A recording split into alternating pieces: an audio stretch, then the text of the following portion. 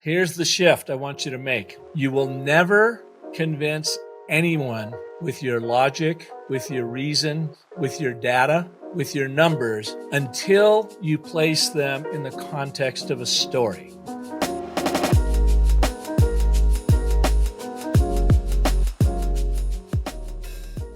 In today's podcast is a storytelling masterclass with Park Howell. He's from the aptly named Business of Story. And in short, our brains are wired to make buying decisions based on emotions that can be stoked by telling the right story. We'll discuss how to do it right now.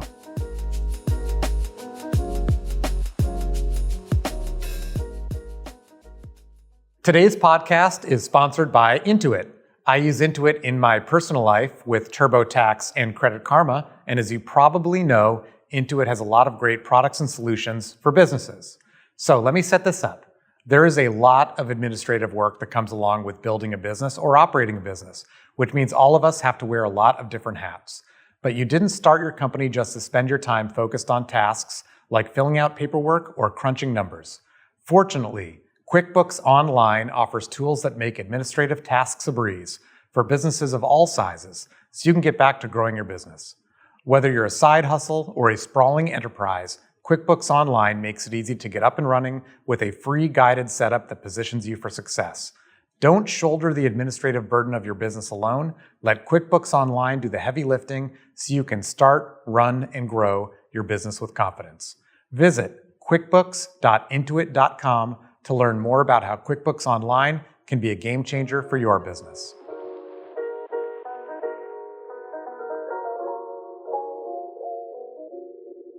Hi, Park. How are you? Thanks for being on the podcast today. Hey, John. Well, thanks for having me. And I understand you're up in the Seattle area, near and dear to my heart. That was raised and grown up there, but I've moved my way down to Arizona. I've been down here, about 35 years. Wow. So good to talk to a Seattle. Yeah. Well, although I didn't grow up in Seattle. Now, having been here 25 years, I can call myself a Seattleite, not a transplant anymore. And when we were talking before the pod, you grew up in a really gorgeous area right outside of Seattle. My tennis team is playing your hometown's tennis team on Sunday, and we're probably going to get killed. As I was saying, they're a great team. That would be the Woodinville hometown team, right? Exactly. So, we're talking today about storytelling and how it can grow sales and business. And before we get into the process by which you do that, or one should do it, what's your origin story? What's the storytelling behind your business and your brand, the Business of Story? Yeah. Well, gosh, it did all start up there in Woodinville, Washington. I went to Washington State University and I graduated with 2 degrees, one in music composition and theory, because as a little kid, I started playing the piano and I just wrote song after song after song. And I thought, man, this is great. But I also figured, John, I probably wasn't going to make much money as a composer. So I also got a degree in journalism, public relations, advertising, and really my years, almost 4 decades worth now, has been in the advertising, branding, marketing world. 20 of those years, 2 decades here in Phoenix, Arizona, where I ran my own agency called Park Co. And had that. It was a traditional ad agency, started in 1995. We did TV, radio, print, outdoor, direct mail, PR, that kind of thing. And, storytelling was a big part of it, although we weren't intentionally thinking about stories. We were just intuitively doing it, right? And then about halfway through that, early 2000s, of course, the interwebs come along and disrupted everything. And we started really, trying to find an answer of how do you stand out in this very noisy world. And as I would tell my clients, I said, it used to be that you as the brand own the influence of mass media through your media buys. But now the masses have become the media and they own your story, my story, everyone's story. And what is maybe worse or trickier is there is so much noise out there that the old way of branding and marketing like we used to do it back in the day just wasn't working. So I went in search of an answer. And this was along about 2005. The word story and storytelling just started bubbling up. And I was like, well, duh, this is what everybody does. And then I realized, well, we don't always do it. we will lean into it, but we won't be intentional about it. And so I was lucky. Our middle child, our son Parker, was going to film school at Chapman University. When was it? 2006, graduated 2010, spent 12 years in Hollywood specializing in virtual reality and what he calls mixed reality filmmaking. He has since moved on to Austin, Texas, the convergence of technology and filmmaking, and he's killing it out there with it. But I tell you all that because when he first started going to film school there, and I was really struggling with how do you make this whole digital landscape work, I said, Parker, send me your books and your recorded lectures when you're done with them, since I'm paying for them, because I want to know, what does Hollywood know about storytelling that we should probably be paying attention to in the, sales and marketing and advertising and world. And that's where I first found The Hero's Journey, Joseph Campbell's 12 to 17 Steps, Blake Snyder's 15 Beats to Story. Boiled that down to these 5 primal elements of a short story for big impact, and even boiled that down now to what we teach. And that is the 3 words of the and, but, therefore. We call it the ABT framework. And we teach sales and marketing teams, branding companies, anybody and everybody that wants to have their messages land right the first time, every time, using the 3 forces of story, of agreement, contradiction, and consequence, as captured in the ABT.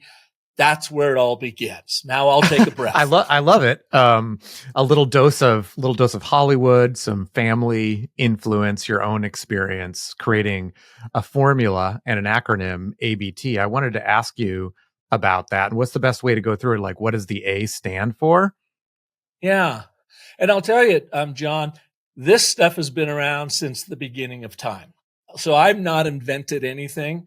I've worked with a number of really smart people that have revealed a lot of different kinds of story frameworks to me, and I've tried all of them. And I have found this, this 3-act structure of and, but, therefore, which I learned real quick from a friend of mine now, a great friend of mine now, Dr. Randy Olson. I learned it in 2013 in his second book. Now, Randy is a former Harvard PhD evolutionary biologist, so he understands evolution. But he also gave up tenure in his mid-30s, went to USC Film School, graduated, produced 3 documentaries on climate change and global warming. But really, his body of work has been about teaching scientists and academia how to take their complex messages and simplify them using the frameworks he learned in Hollywood, all starting with the and, but, therefore. So what that is, you're right. And is a statement of agreement. But is a statement of contradiction. Therefore is a statement of consequence. Agreement, contradiction, consequence. Why that works, so think about it as Act 1, Act 2, Act 3. Why that works is our primal subconscious pattern-seeking, problem-solving, decision-making, buying limbic brain loves to be fed information in this structure, this basic story structure of setup, problem, resolution. When you're in sales and marketing, you're building a business or doing whatever, you are always solving a problem for someone. So what the ABT does is enables you to articulate precisely what that problem is your audience, your prospect or customer is suffering through, and therefore how you are there to help them fix it. That makes sense? It does make sense. And as I was marinating and preparing for our conversation, thinking about stories, I was thinking about the ones that I'm exposed to a lot. I go to Whole Foods, I turn around the packaging on something organic, and I'm sort of told how I'm gonna change my life by eating this thing that's really good for me. I guess the point of that is certain brands, like a lifestyle brand, a travel brand, a food brand, I kind of connect with immediately why a story matters. How about for a more, I don't have a better word for it, a more pedestrian brand, like a credit card or a credit card processing terminal, or all of the widgets that a B2B company or a more pedestrian B2C company is they're trying to grow their company. How do stories still relate in that context, and how? Well, sure. So what do they all have in common? Let's say you've got a real sexy product like Mm-hmm. Apple, and they can get away with all kinds of cool storytelling. And then you got, say, a mom and pop HVAC company out of Tucson, Okay, I Arizona. love that example. Yep. All right. What do those two brands have in common? You're asking me. Okay, so they have. I'm putting you on the Okay. hot seat. What do those two Well, brands they both have in have a product common? they want to sell. They're both Right? trying to. They're both trying to grow their business. They both want to connect with people. I don't know. I'm searching for an answer. Right there. That's the closest one you're getting to. What do they both have in common is they're both trying to engage a Homo sapien. Mm-hmm. Or another way of saying it, a storytelling Mm-hmm. ape. That's Okay. what we are. Yuval Harari's fascinating book called Sapiens. Highly recommended to I read anybody. that. Great book. Yeah, it's so Isn't good. that great? He said it the best in there to me is we are storytelling animals. We're storytelling apes. We are the only beings that we know of in our universe that think, plan, organize, and act in story.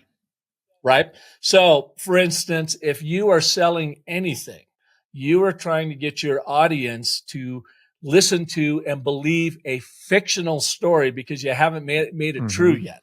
You're asking them to buy into this fiction as how their life can be better tomorrow when you solve this specific problem for them. And then you, as the brand, business owner, whatever, your job is to deliver on that promise, turn that fiction into fact.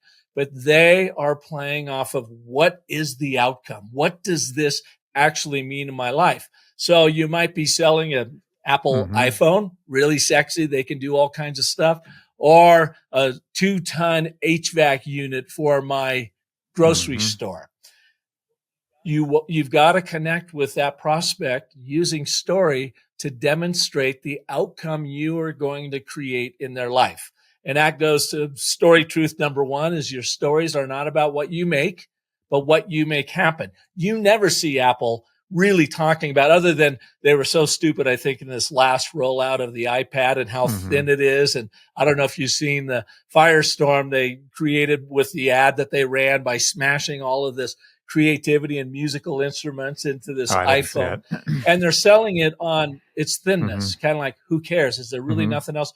It's about what do you make happen? So your stories are not about what you make, but what you make happen in my life. So let's jump over to the HVAC company.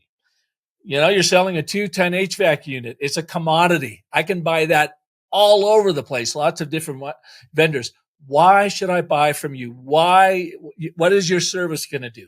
How are you going to increase my confidence that I can survive a 120-degree day down here in Tucson? What is the outcome? Now, there's no bullet point list of facts and features and functions with a little bit of benefits sprinkled in that is going to communicate to that Homo sapien storytelling ape sitting across from you, watching your digital ad or your TV commercial. It's not going to connect unless you use the setup, problem, resolution, story dynamic told from your prospect's point of view. And so when you're talking about the bullets don't work, I think what I'm hearing is oftentimes, I'm in a marketing meeting or I'm the receiver of a deck, PowerPoint presentation trying to sell me something as a CMO, and it's like it's cheaper, it's faster, it's AI powered, talking about talking about sort of features instead of what it's gonna do for me. That's our default because we get so excited about what we've created, and it may be better than anything else in the market. And we want to just pound our chest and show the world, look at how magnificent this is. And everyone goes, who cares? What does it do for me? How is my life going to be better tomorrow because I bought this? And so here's another thing to think about. Most people, especially in the B2B world, will lead with logic and reason. Logic and reason does not sell. Emotion sells. In fact, the very famous American social psychologist Jonathan Haidt said, one of my favorite lines of all time, he says, our minds are story processors, not logic processors. Now let's connect that to Hollywood. 15 years ago, I was sitting in Robert McKee's famous 3-day story conference, story seminar at the LAX Sheraton. And Robert McKee, for those of you that don't know, is this absolute legendary storytelling, screenwriting coach and story consultant. And he has these famous lectures that he does all around the world. Well, he was sitting there one day and I went. There was 300 of us in the room. I would say 290 of us or more were really about screenwriting, becoming that next Academy Award winning screenwriter. And then there was a handful of us, so like maybe 7 of us that weren't in Hollywood. We were in sales and marketing and trying to understand, what does Hollywood know that we could use? He goes, and he's talking now, not to us marketers, but to that audience of screenwriters. He says, you have to understand your audience in a godlike way, so that when you are telling them, you are showing them their story, they become an active participant in it. And then he said, make no mistake, our conscious mind is simply the PR department for our subconscious limbic mind, where all of our real buying decisions are being made. That was something that hit me upside the head so hard, John, because I'm like, here's a dude, he's not even talking to sales and marketing people, and yet he's showing these screenwriters how they can sell the audience on the premise of their movie and their overall production by playing to what's happening in the interior, our survival mechanism of the limbic brain. We can learn a ton from that in the sales and marketing world, because we buy with our limbic brain and then we justify that purchase with our conscious, our neocortex, our conscious. It's so interesting to hear you talk about this. So, I'm thinking back to the HVAC example where they're trying to, the owners, the mom and pop owners are trying to understand their audience. And maybe they're thinking about a story, and the story is like, sort of like, we keep you cool no matter what. And how would you recommend that they try to understand, like what about that is connecting? Do people feel like, do people think things are too expensive? Yeah. Do they think that there isn't reliability? Like what's underpinning the problem? I would certainly be talking to my customers, my prospects, so I really know what's going on between their brain, but I'll just take a guess at this point. And I'll take it off of when I was a young man working with another agency before I started my own. I was a writer and produced a lot of radio commercials. And one of them was for Robinette Roofing, a company owned by this guy by the name of Warren Hess, who was a real character. The one thing we played off through years of campaign is the distrust of roofers. So that was the thing. That was the nemesis. That was the enemy that we were playing to in our customer's mind, that we know what you're thinking about our industry. And you probably think about us the same way. Can I trust Robinette Roofing? So every story we told was about their 30-year warranties, about how it protects them from the monsoon seasons coming up, that we only have licensed, bonded, and insured people working on your roof. And oh, by the way, you're going to get the most aggressive sales pricing, we'll beat any price out there thing, but we're not selling on a commodity thing. We're selling on purely trust. There is no bullet point list of arguments we could make to make you trust us more than if we show it to you in action. And so we did some fun things with it. Like we did one commercial where it was a 60-second radio commercial, and it is this priest in the Sistine Chapel hollering up to Michelangelo, who's painting it, right? And Michelangelo thinks his mom got him the job. He was a young Michelangelo, needed to make a little extra money, a little side hustle. And he's thinking, I thought I was going to be painting Navajo white. What, you want a fresco? And the priest is going on, oh, stop your complaining. And then you hear this dripping going on. And he goes, plus your roof leaks, and he says, you really ought to call Robinette Roofing to come and fix this old leaky place. And the priest goes on and say, I don't know, Michael, I get a lot of roofers in my confessional playing right to that thing that they can't be trusted. And he goes, you can trust Robinette. They got a foam and coating system that will, fix this. Guaranteed. It goes on and on and on. So we would do it in a fun, disarming way, but we were always selling about confidence. No one's going to give you the confidence in your roof like Robinette Roofing. Does that make sense? Yeah. So you take an unsexy product like roofing in Arizona and you make it sexy. You have fun with it. You make it entertaining and you play directly to outing that nemesis, that enemy of no confidence, no trust. These people are all despicable. We're the ones that you don't have to worry about. That does resonate. That resonates a lot. I think a lot of folks listening, like myself, as I apply it to my own world, are going to be inspired by what you said. And I wonder, as your clients, or just business owners, business decision makers that you talk to, where do they struggle most in applying this type of advice or this type of framework? Well, number one, they got to get out of their own heads. So the first struggle they have is they make their stories about them, when what they really need to do is think about your audience and make the story about your audience. Tell it from their point of view. What's in it for them? And they don't really care about the logic and reason of buying your product. I hate to tell you that. I know, and it seems counterintuitive. They care about the emotional impact you're going to have in their life. And I don't care if you're selling B2B or B2C. Ultimately about what is in it for me. So that's the first thing. The second thing is a lot of companies will say, oh, we're great storytellers, Park, or we do all kinds of storytelling. And they don't.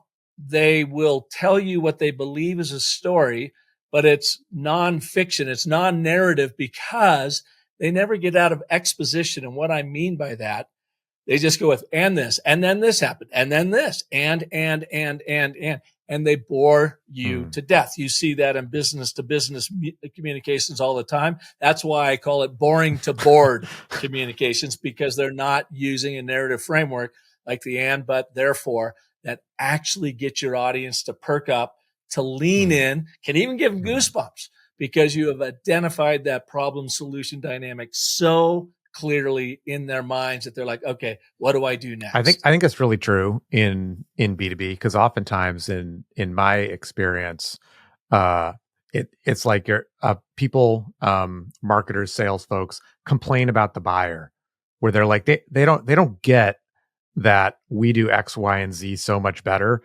All they want to do is they want to be promoted, they want to advance their career, and it's like, exactly. So how can you solve that problem for the individual that you're selling to?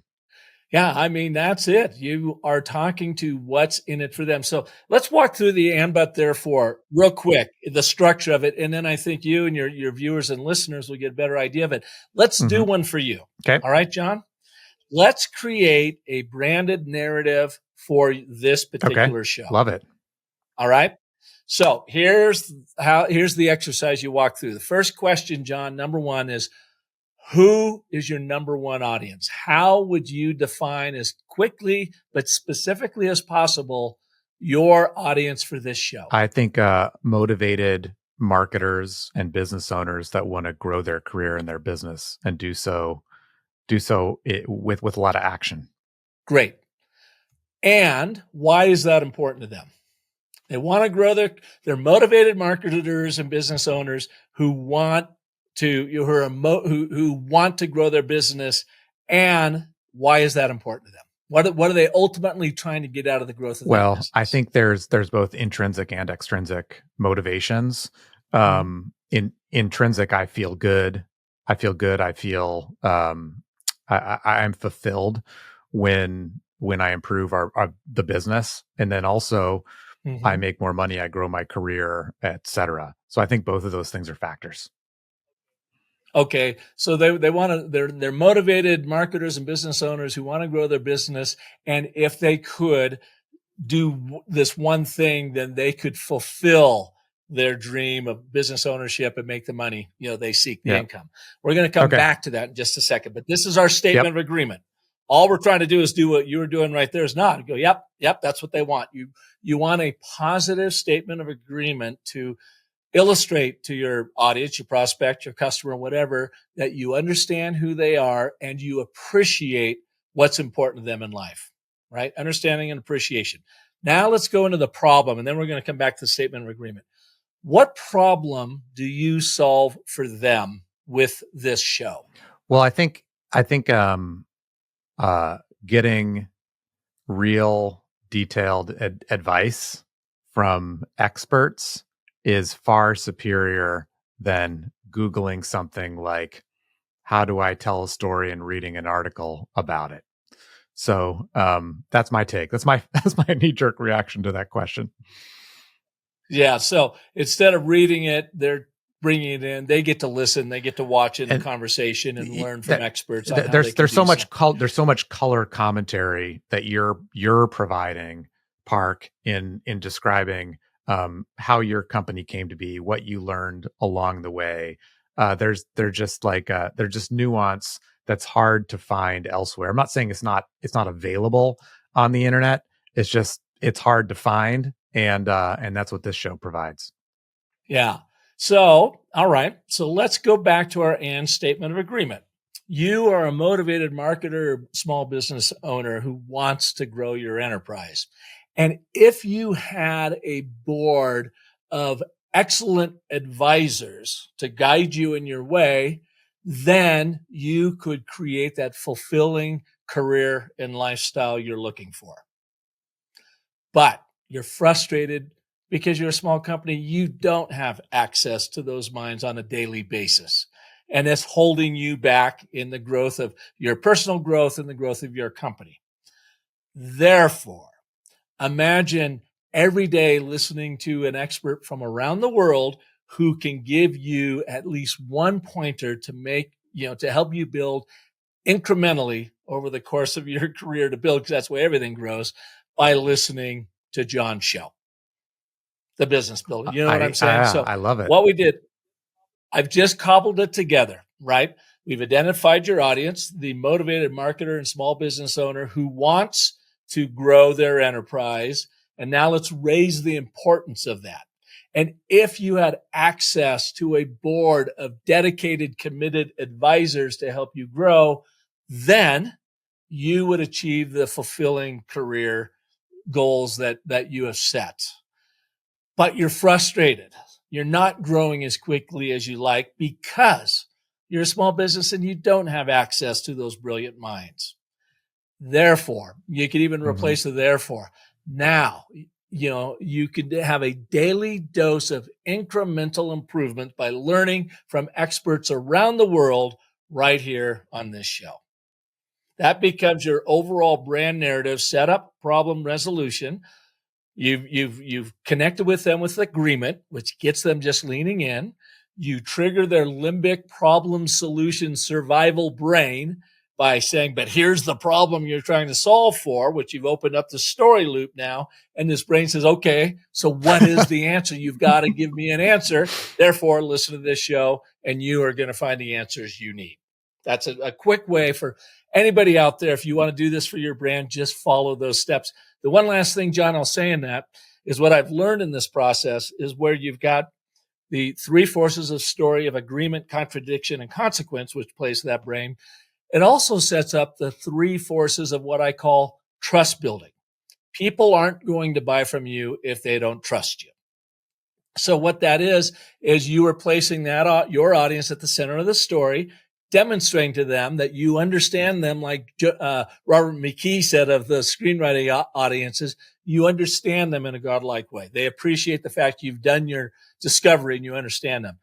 Then you write out what they want and why that's important to them. So you are demonstrating that you appreciate what is important to them in your life.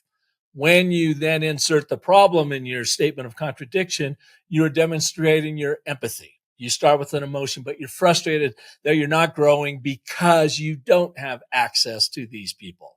And then that trust is built. Therefore, trust me, here's the way forward with our particular product or service. I think first of all, are you charging me for the advice on my own podcast? Absolutely this is free. Not. That's okay, great. I want to shift a little bit. It kind of go back to where clients struggle applying your advice, and I want to talk about like internal dynamics of getting a story. getting a story done, because like what's the process by which you might take, like, say, a large national roofing company and say, we've really got to pin this on the fact that people don't trust you, or maybe we switch it to lawyers or whatever. We can beat up lawyers a little bit and say, people just don't trust that what you're saying is true. And how, like, I'm thinking about, like, convincing your marketer. You're trying to convince your CEO, you're trying to convince the executive team that you need to make a bold statement like this. Any advice there? Yeah, here's the shift I want you to make. You will never convince anyone with your logic, with your reason, with your data, with your numbers, until you place them in the context of a story so that they can picture it, that they can feel it, and whatever. So it's one thing to come in and say, we're the most trusted attorneys out there. Well, that's just pure opinion. And what happens when you lead with opinion and assertion, what does your audience do? Crosses their arms and said, oh yeah, you're so smart, wise guy. Right. Tell me why. Now you all of a sudden have set up this divisive relationship. You have to now prove yourself to a very reluctant audience who doesn't want to be convinced. So instead, show them the impact you've made in the world with maybe a similar customer, colleague, client, or whatever that is irrefutable. Because everybody can argue with your opinions and assertions, but they can't argue with a true story about the outcomes you've achieved in the world for someone like them that you tell. That's well told. You're showing it to them. That's where the trust is built. You can't convince them to trust you. You can show them how to trust you. It feels like terrestrial radio has done this for a long time with host read-throughs. Like I was just thinking about Mike Greenberg, who did a really famous morning radio show. He's still got a big TV show, but he's pitching Subway, he's pitching everything, and he's talking about how much he likes it. And that's sort of like one of those proof points to try to jump forward the trust, because you're trusting the radio host because you listen to them every day, right? Yeah. Well, let me tell you, if I do a sidebar on this, let's go back to Robinette Roofing. Now, we had this exact same situation here in Arizona. Their main competitor was called Universal Roofing, and they were actually much larger than Robinette. They owned the market, and Robinette was that disruptive brand coming in and slowly devouring their market share because they did such good work and you could trust them. Well, Universal Roofing really upped their advertising. There was a local radio personality on the news talk KTAR-FM here, KTAR-AM, I guess, named Pat McMahon. Famous guy. Everybody knew him. They still know him. He's still running around, but he's moved on in his life and career and whatever. Very, very famous guy. And he would do reads every morning. He had the prime morning slot, drive time morning slot on KTAR, and he was the voice for Universal Roofing. That's all they did. And he would, Pat McMahon here, I just got a new roof from Universal, blah, blah, blah. And so there's tremendous social proof back in the day, right? There was a lot of credibility going on with having that guy say it. So what we did, again, in having our fun way, an entertaining way of approaching Robinette Roofing, and to maybe shed a pall of distrust over Universal, is we created a radio commercial with our own supposed made-up talk show host. Instead of Pat McMahon, we named him Les McMore. So you've already got contradiction in the name. And we had him do a read just as if he was going to be selling. But in this case, the read was a fictitious company called Intergalactic Roofing, right? Universal Roofing, Intergalactic Roofing.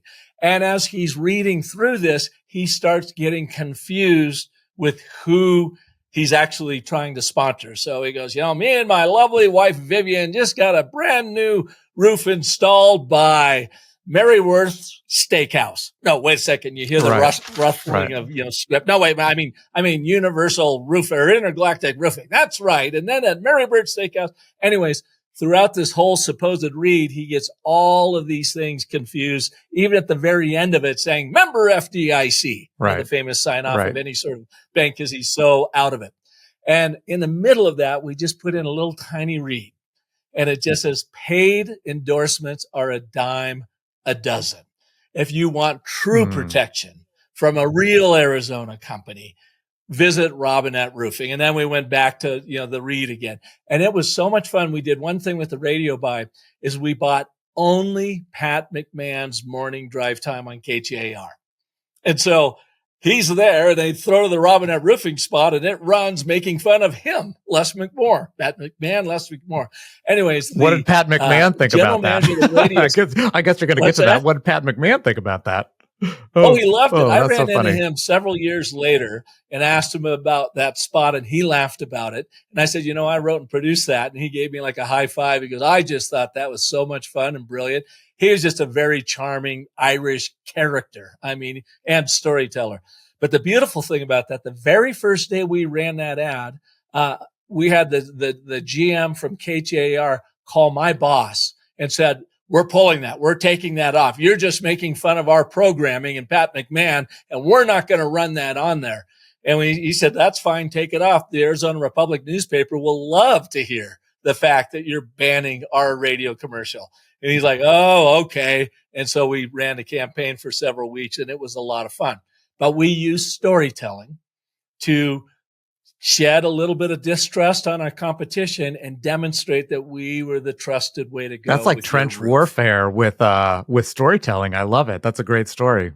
Oh gosh, it was so much fun. I've got on my podcast on the Business of Story, I've got an episode, I believe it's episode number 350, that people can listen to. And I roll out a lot of these radio spots and show them the storytelling within it and how they can use it in their world and so forth. So if anyone's interested in hearing some of those spots, Business of Story, while we're talking here, I'll look up real quick to see what exactly episode that is. I think it's. And we'll also, for listeners, it'll be in our show notes, Park's website, Park's podcast, so you can tune in. That would be great. Park, I've loved talking to you today. Thanks so much for hanging out with me, and good luck to all the marketers out there thinking about telling your story. Well, I appreciate it, John. Thanks for having me here. And one last thing I'd say is if anybody wants to understand and use the ABT for themselves, I've got a quick micro training online course at businessofstory.com/ABT. It's just 3 modules.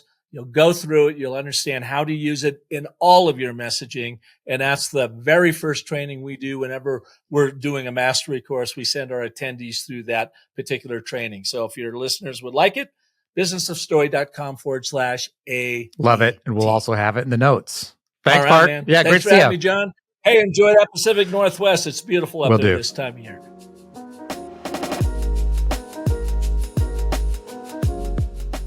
Did you know that more than 20 million professionals and business owners visit business.com and Business News Daily? Why?